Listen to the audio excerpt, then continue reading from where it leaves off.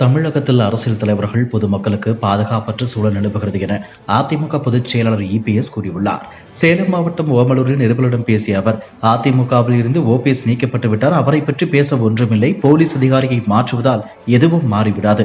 திமுக ஆட்சியில் போலீசார் சுதந்திரமாக செயல்பட முடியவில்லை, கொலை நடக்காத நாளே இல்லை, பொதுமக்கள், அரசியல் தலைவர்கள் என அனைவருக்கும் பாதுகாப்பற்ற சூழ்நிலை நிலவுகிறது. ஆம்ஸ்ட்ராங் கொலை வழக்கில் உண்மையான குற்றவாளிகளை கைது செய்ய வேண்டும் என குடும்பத்தினர் கூறுகின்றனர். அவர்களின் சந்தேகத்தை போக்க வேண்டியது அரசின் கடமை. முதலமைச்சர் சிறப்பாக செயல்பட்டிருந்தால் சட்டம் ஒழுங்கு காக்கப்பட்டிருக்கும். மாநிலத்தில் ரவுடிகளின் ராஜ்யமாக உள்ளது. பாகம் பிரிக்கிற சண்டையினால் தான் கோவை மேயர் ராஜினாமா என கருதுகிறேன். அவர்கள் இடையே ஒற்றுமை இல்லை.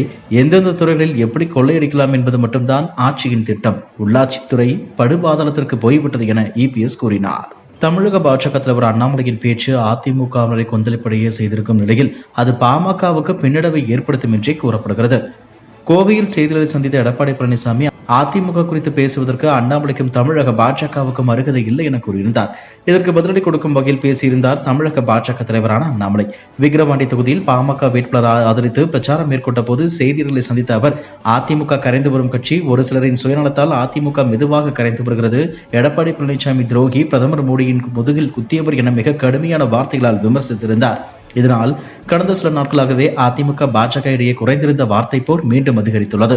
இதனால் பாமகவுக்கு வாக்களிக்கலாம் என நினைத்திருந்த அதிமுகவினர் கூட திமுகவுக்கே வாக்களிக்கலாம் என நினைக்கின்றனர். அது மட்டுமல்லாமல் அதிமுகவினரின் வாக்கு நாம் தமிழர் கட்சிக்கும் அல்லது சுயேட்சைகளுக்கும் செல்ல வாய்ப்புள்ளதாக கூறப்படுகிறது.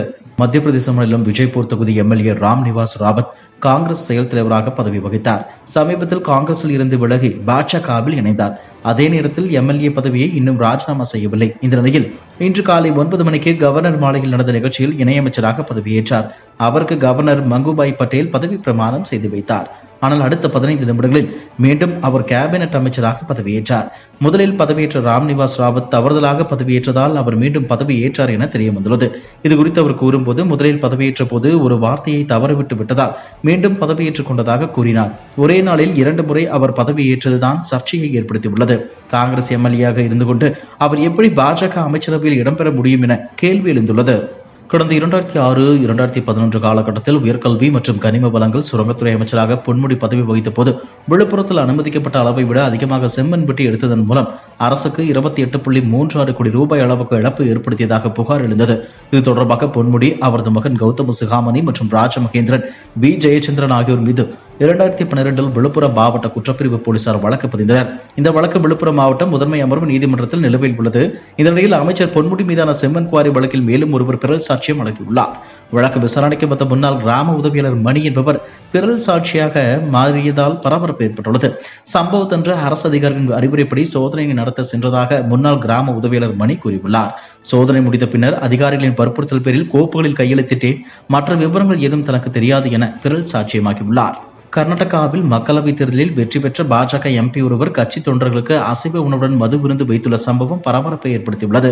நடந்து முடிந்த மக்களவைத் தேர்தலில் கர்நாடக மாநிலம் சிக்கப்பல்லப்பூர் தொகுதியில் வேட்பாளராக நின்று வெற்றி பெற்று எம்பி ஆனவர் சுதாகர். தற்போது இவர் தனது வெற்றியை கொண்டாடும் வகையில் பாஜக தொண்டர்களுக்கு அசைவ உணவுடன் மது பாட்டில்களை விநியோகித்தது மது விருந்து வைத்துள்ளார்.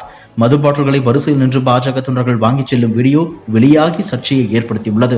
விருந்து நடத்தப் போவதாக போலீசிடம் அனுமதி வாங்கிய சுதாகர் சட்டவிரோதமாக மது பாட்டில்களை விநியோகித்துள்ளார். இந்த வீடியோ சமூக வலைதளங்களில் வெளியாகி வைரலான நிலையில் பாஜக எம்பியின் செயலுக்கு அம்மாநில துணை முதலமைச்சர் DK சிவகுமார் கண்டனம் தெரிவித்துள்ளார். இதுபோன்ற செய்திகளை மேலும் தெரிந்து கொள்ள எங்களது யூடியூப், Facebook மற்றும் Twitter ஆப்களை சப்ஸ்கிரைப் செய்யவும்.